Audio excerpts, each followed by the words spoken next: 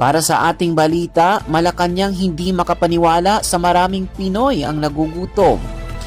Naguguluhan ang Malacanang sa patuloy na gutom na nararanasan ng mga Pilipino sa ilalim ng administrasyon ni Pangulong Marcos Jr.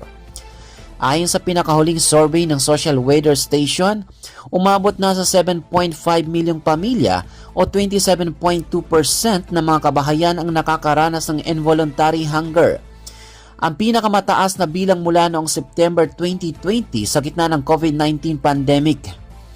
Sa isang press briefing, ipinahayag ni Attorney Claire Castro, press officer ng Palasyo, na ikinagulat nila ang resulta ng survey. Aaralin natin kung saan nanggaling ang ganitong sitwasyon upang malaman natin kung saan may pagkukulang at matugunan ito agad, anya.